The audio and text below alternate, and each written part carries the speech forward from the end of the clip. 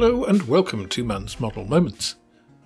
Today's video is going to be something a little bit different, as a few weeks ago JMBricklayer reached out to me to see if I'd feature and review a couple of their sets on the channel. I said yes, and so here we have a large parcel that arrived this week that I'm unwrapping here. Now I'm just going to be looking at one of the sets today, the other will feature in a few weeks' time as it's a little larger and more complex. The subject today is their remote controlled Tiger 1. As although JMB make a lot of different sets, their military releases are really what overlap with my channel content best. So if you're not familiar with JMB, and I certainly wasn't, they're a Lego style brick construction manufacturer, as you can see from the contents of the completely full Tiger 1 box here. The bags are all labelled with a construction stage on them, so you only open what you need as you get to it. The Tiger also features more familiar, to modelers at least, bags of track pieces and a sprue of injection moulded parts specific to this tank kit. There is also the wireless controller, more on that when we've finished. The instruction booklet is small but nicely produced, and opening it we find a couple more pieces. The first is a sheet on the rechargeable motor unit, including details of an app that can be used for control. The second is a sheet of permanent stickers, which I won't be using today. Anyone familiar with Lego will recognise the style of construction notes in the booklet, so I'll get straight into the build itself.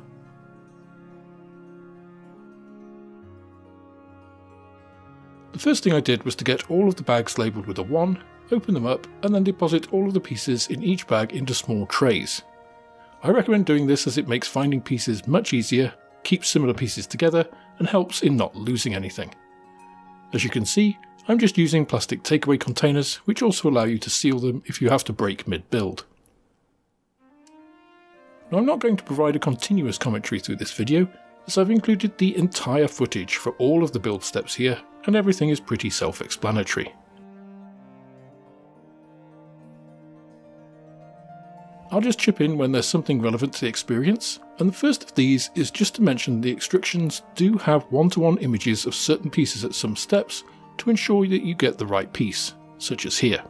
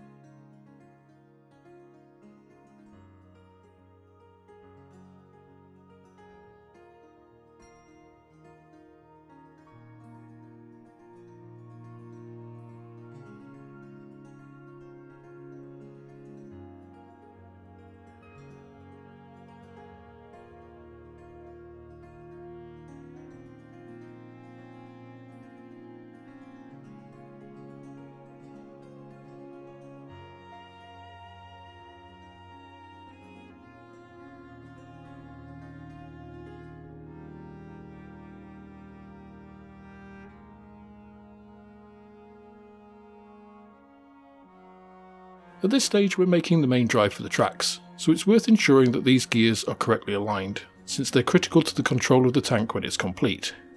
The main thing is to ensure proper alignment with the gear train from the control unit.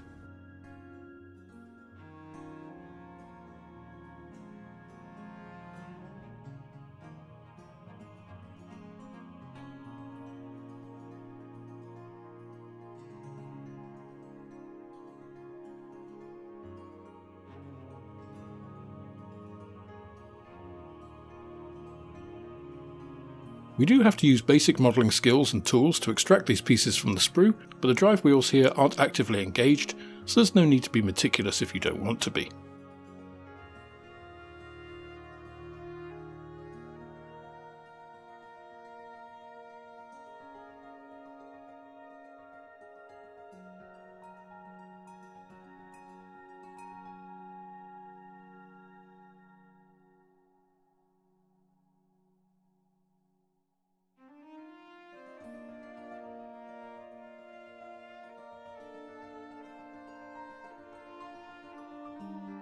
It's worth saying a few things on the tracks. The instructions call out the exact number of pieces to use, so I built them in sections of 10 links to make this easier, and they do clip together very easily. There are, however, a lot of links to join, so you may find you want to take a break during this section as it's repetitive work, and I did find it made my hand ache by the end of completing 2 entire track lengths.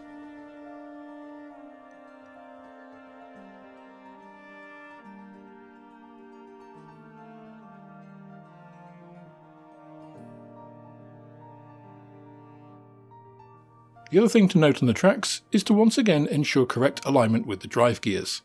They sit with the centre channel engaged on the single drive gear.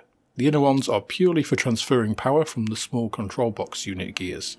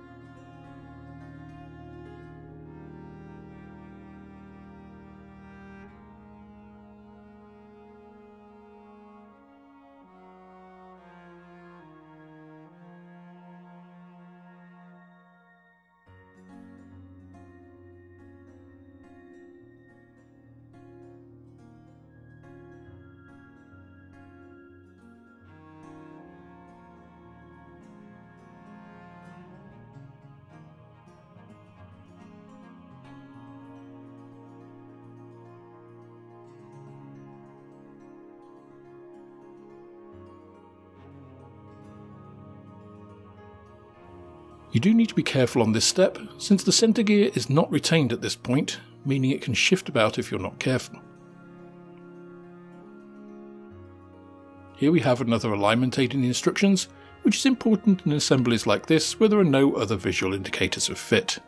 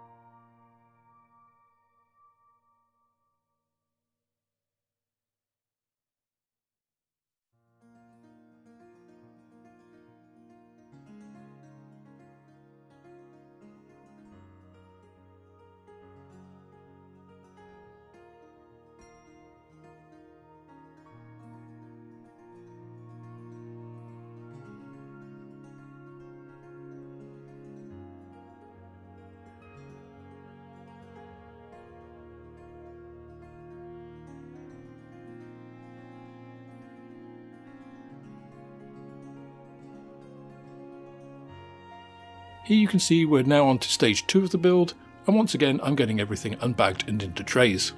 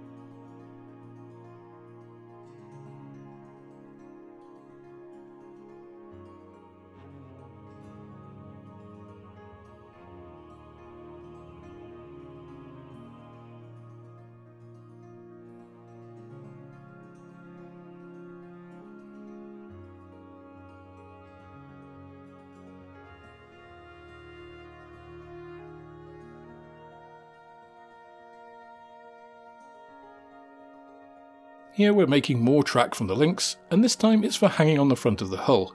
Just ensure to use the centre holes in the tracks for hanging.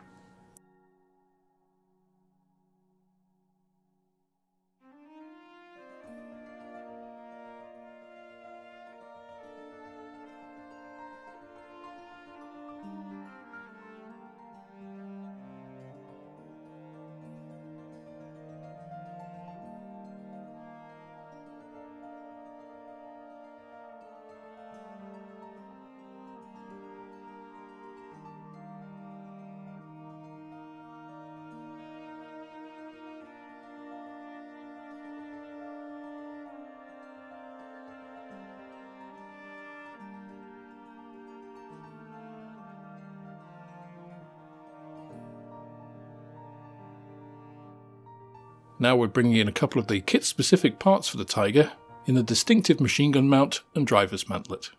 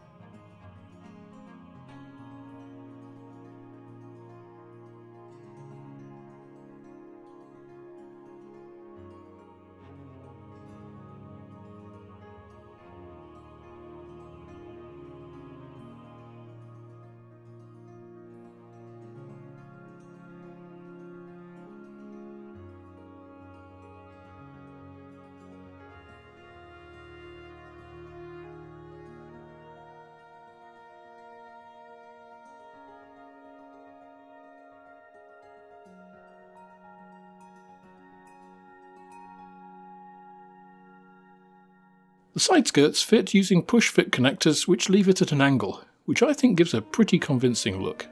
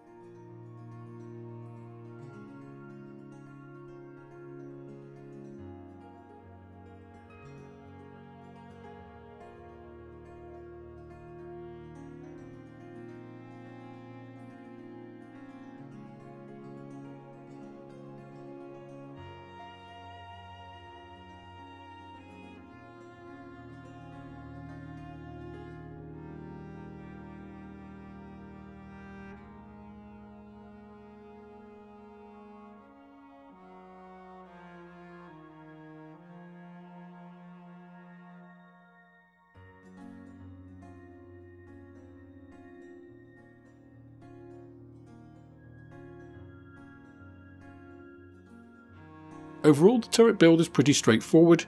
You just need to pay attention to the direction and alignment of some of the parts quite carefully, because I did make some mistakes here, but they are immediately obvious when you try to fit a sub-assembly that just won't go.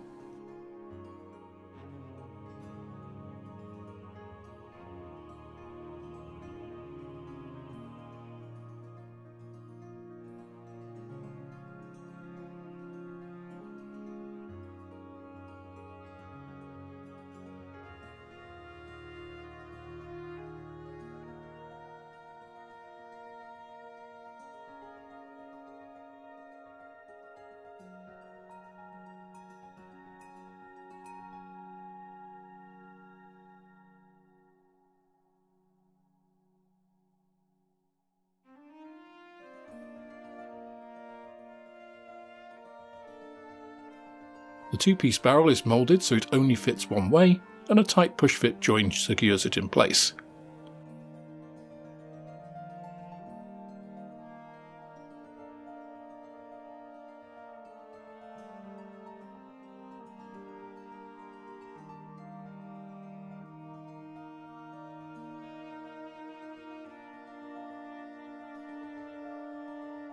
The smoke dispensers are cleverly done, and actually the entire turret is very inventive in the way it captures the overall shape, which isn't as easy as you might first think.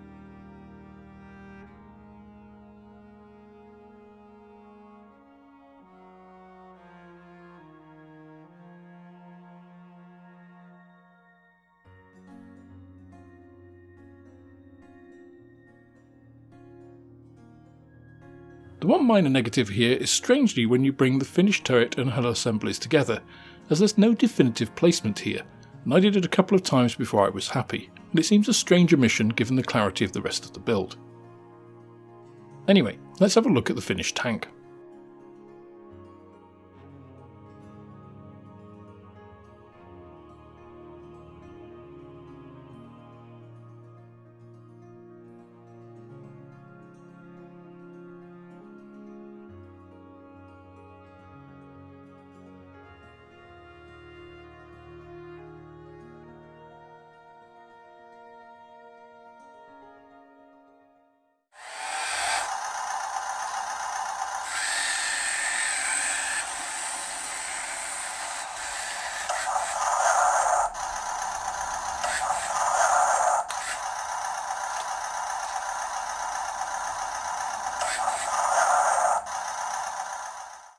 Now first off, let me say that although JMBricklayer supplied this kit, I haven't been paid for this review, and I'm under no obligation to say anything nice here.